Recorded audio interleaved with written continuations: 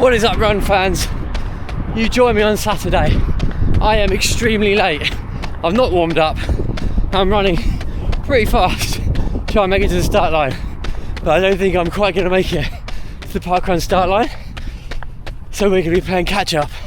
The plan was to run with Alex today and his wife to see who was going to set the fastest time. So I might just be trying to catch them up the entire way. Everyone's lined up. I can see them. I'm about 2 minutes away. Can I make it in time? It's 8:57. Whew. Beautiful day there. Got the new sunglasses on. Living the dream.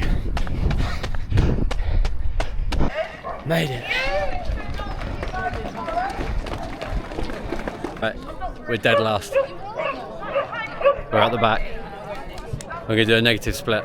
30 seconds faster each time. We're going to catch Seb. He's doing 25 minutes. Sure. Alex thought it was 9:30. He's running down, so he's not here yet. Right. Well done, everybody.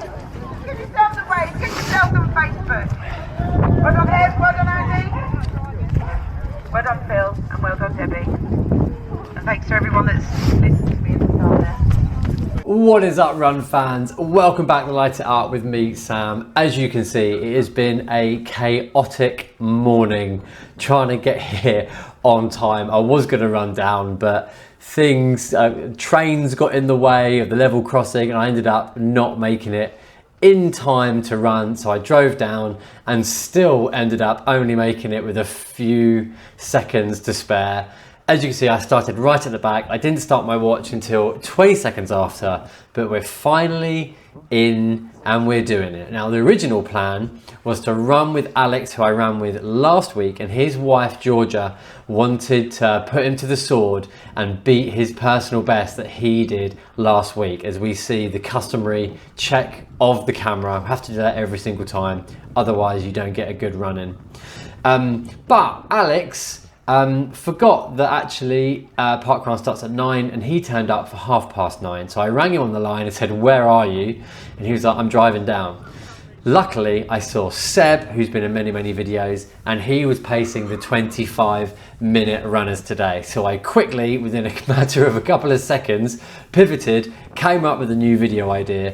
And so because I've got Brighton Half Marathon tomorrow, I thought, perfect chance. I'll do a progression run. I'll start at around 6 minutes pace, take 30 seconds off each K, and then that will lead me to catching Seb in the last kilometre.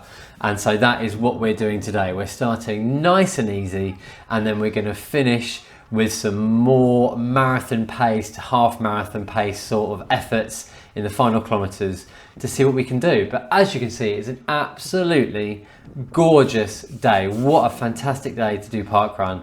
And I absolutely love starting at the back and running through and seeing all the different people. There's a 32-minute pacer. So I know I've got to make sure I get in front of her before the first K is up, because I should be around the 30-minute pacer, who I think is up ahead somewhere. So yeah, that's the plan for today. It was all very last minute, very chaotic, but we got here and now we're settling in. We're at a roughly 5:16, 5:17 pace. I was aware that my watch was obviously going to be, there's a 30-minute pace on the left-hand side. The legend that is the guy that pushes the other guy in the wheelchair. They're absolute Littlehampton parkrun legends. Sometimes they go much faster, sometimes they pace slower sort of effort, so shout out to them because that's absolutely brilliant. As I was saying, because my watch started slower, I know that I'm about 20 seconds behind what my watch is saying for the 25-minute time. So I'm going a little bit quicker at the start to make up a bit of that time to really make sure that I can catch Seb and actually get some decent content for this video. So let's get on to the first K and see how we get on with this beautiful parkrun as we see the Nordic ski crew on the right hand side, loving life. Here we go then, the first kilometre as the lead runners are coming through on the other side already. We're hitting that first K in a 5:22, so we're 22 seconds behind the target pace, but that's absolutely fine. So we're running a big negative split. It's pretty busy today.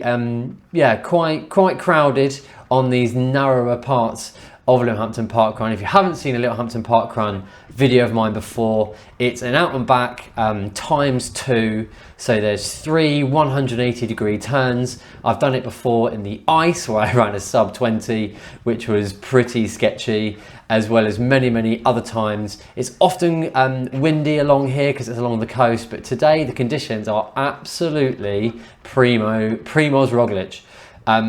Yeah, it's really nice. The sea is nice and still, the sun is shining, and things couldn't be much better. I'm keeping an eye out on the right hand side for Seb because he's going to be wearing the blue 25-minute pace atop. And I'm having a look, there's my dad there saying hi. He's sitting on a wall because that's what dads do. I spot Seb, I go to give him a high five, but I'm holding my camera, so I don't want to break that. Thank you very much. There he is, going for the high five. No thanks, mate. So yeah, he's doing 25 minutes. He's running at a 5-minute pace, or an 8:03 mile for all you imperial perverts. And I am going to be trying to run well, the plan was to run a 6, then a 5:30, then a 5, then a 4:30, and then a 4-minute kilometre. But I'm already gone a little bit faster. And I don't really want to run that close to 4-minute pace at the end because I'm aware that I've got the half marathon tomorrow where we want to be running a 1:30 to a 1:32.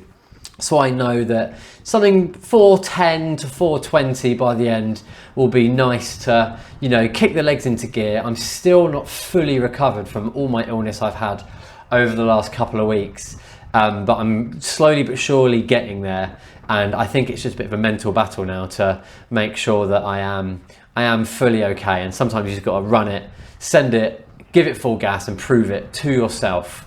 And so that is what I'm doing for today. Here I am pointing to Alex and Georgia, who are sat in the car because they turned up too late to start the parkrun. And that first mile is an 8:40. So we're 37 seconds behind. Again, we're losing time, but that is all part of the plan. I absolutely love doing these progression runs because you start nice and easy and you slowly work into it, and by the end you're absolutely flying, and it's a really good way to gain some confidence in that, you know, picking up that speed and getting used to running at those sorts of paces. So when it comes to doing a full gas park run, you start at that pace and you hold on for dear life, and that's never that comfortable. If you're comfortable, then you're not going hard enough, that's for sure. And so yeah, you need to really make sure that you're practicing these sorts of intervals to get used to that discomfort. So when it comes to it, like tomorrow, when I'm going to be running 21k at roughly 4:10 to 4:20 pace, hopefully, I'm going to feel uncomfortable, but I'm going to enjoy it because we love a bit of discomfort, because we know that discomfort means speed, and speed means joy. Sorry, I'm in a slightly funny mood. I went in the sea after this run and absolutely froze my knackers off, and so I'm slowly warming up. I can just about feel my toes. So yeah, we're getting ready. We're getting all the preparation in for the half marathon tomorrow, and the speed is going to slowly start picking up. We're nearly at that 2k point now, and we're going to start chasing Seb down. Let's see if we can get him before the end as the lead runner comes through. I think he ran like a 17 minutes something today. Absolutely flying. Congrats to him. Here we are then, second kilometre. We've got a bit of space in front of us now, which is nice. 5:20, 42 seconds behind, and now we're going to start matching that 5 minute per kilometre, or 8:03 minute mile pace that Seb is hopefully doing. It's his first time pacing, so who knows what he's up to up ahead. But we're going to match that pace, and then we're going to chase him down in the last 2 kilometres as those lead runners come through again. So we've got to go down, do a 180, go all the way back up, and then another 180, and we're going to hope for a half decent finish to give us some vibes ready for tomorrow, some confidence ready to hit it hard tomorrow with Dave, who I'm pacing at Brighton Half Marathon. Heading back east now after we've done the second of the 3 180-degree turns, and let's have a look at the pace. We have done a 4:51, so I've been a little bit naughty. I've started taking a bit of time off of Seb there. I haven't actually seen him up ahead. I've seen him when we've gone past the other directions, but I can start to see some of the other paces. I think there's like a 26-minute pacer that I've got my eye on that is just ahead. And once I'm there, I know that I'm obviously a minute behind, or should be a minute behind, where Seb is, as that young lad comes through. He was absolutely flying today, so massive congrats to him. There's some really, really good fast runners out for some decent runs this morning, which was fantastic to see, as well as everyone else also, I'm sure, smashing their PBs. Every PB is a fantastic run, regardless of the pace. We all know that. So yeah, I can see the 26-minute pacer ahead, and I know that if I can get to the last K with the 26-minute pacer, if I were to run a 4-minute kilometre, I'm doing some fantastic mental maths as I'm running along here. There's the second mile, 7:51. But if I know I can run a 4-minute kilometre in that last K, I should be able to catch Seb by the finish line.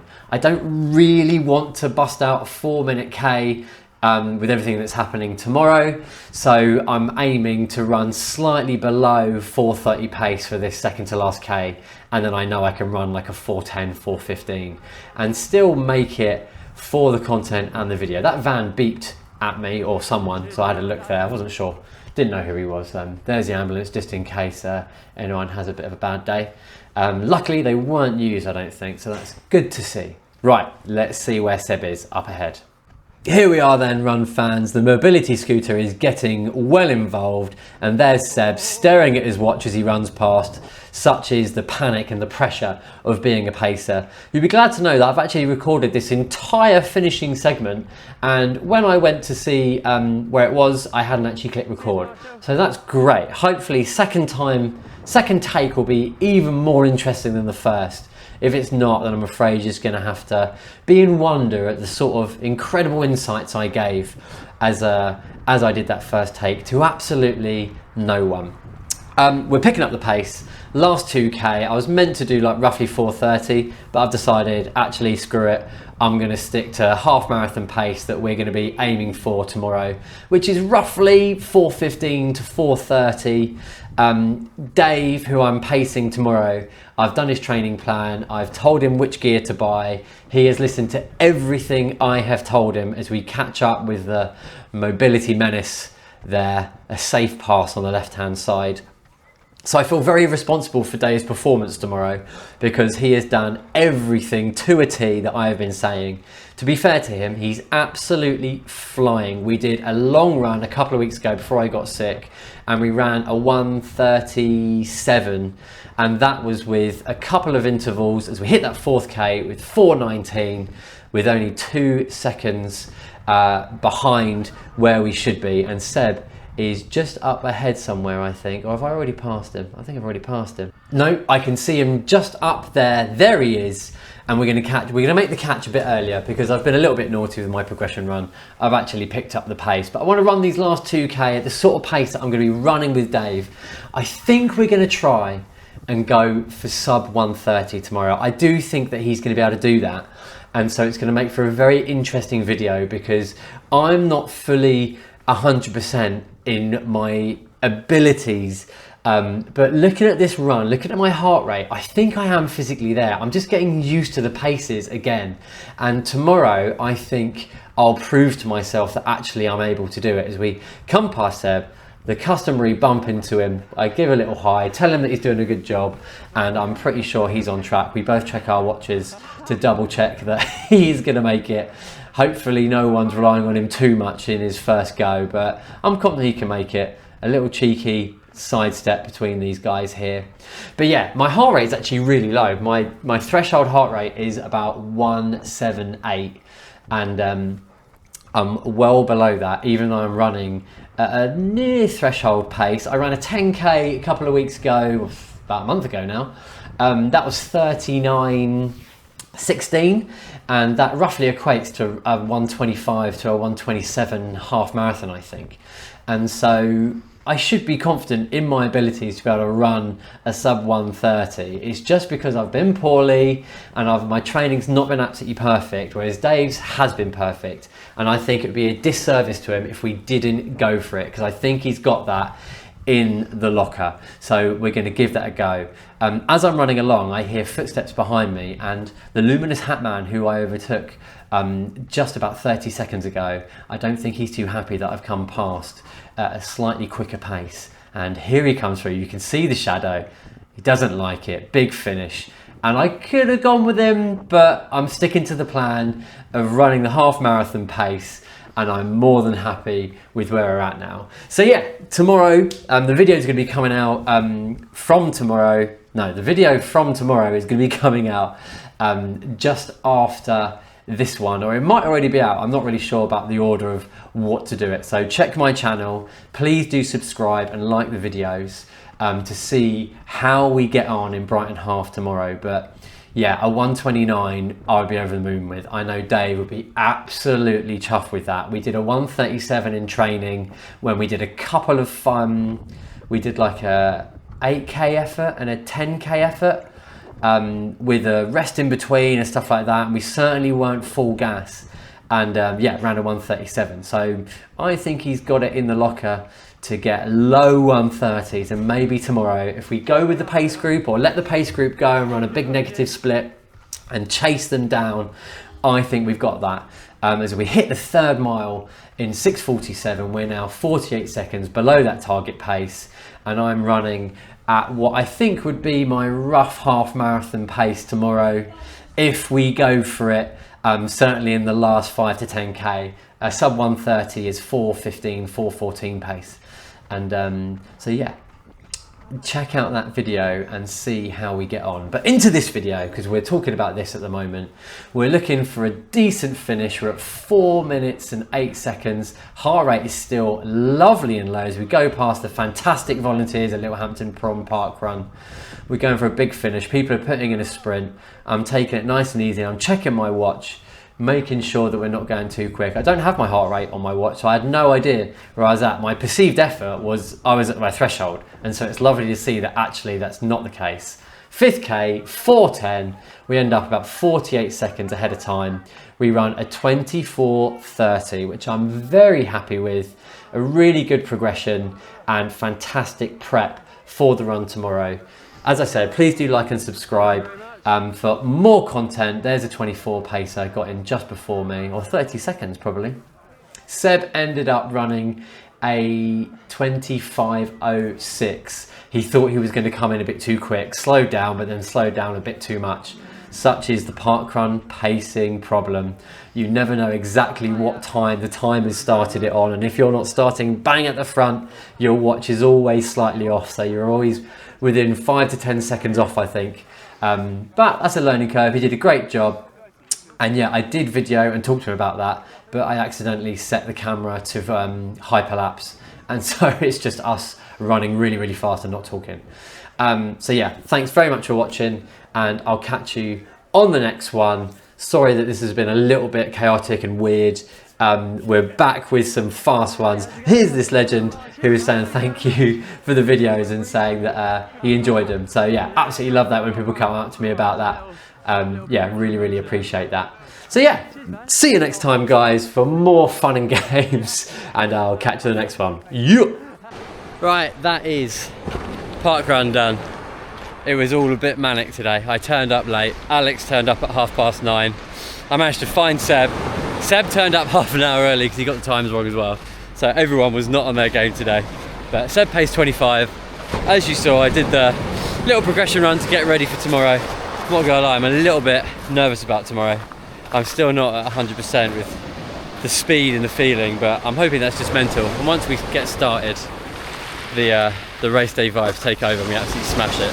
It will certainly feel amazing if that happens, and I'm gonna give it my all for Dave and do my very best. We shall see. I'm tempted to set out with the 1:30 paces tomorrow because I think we could do that.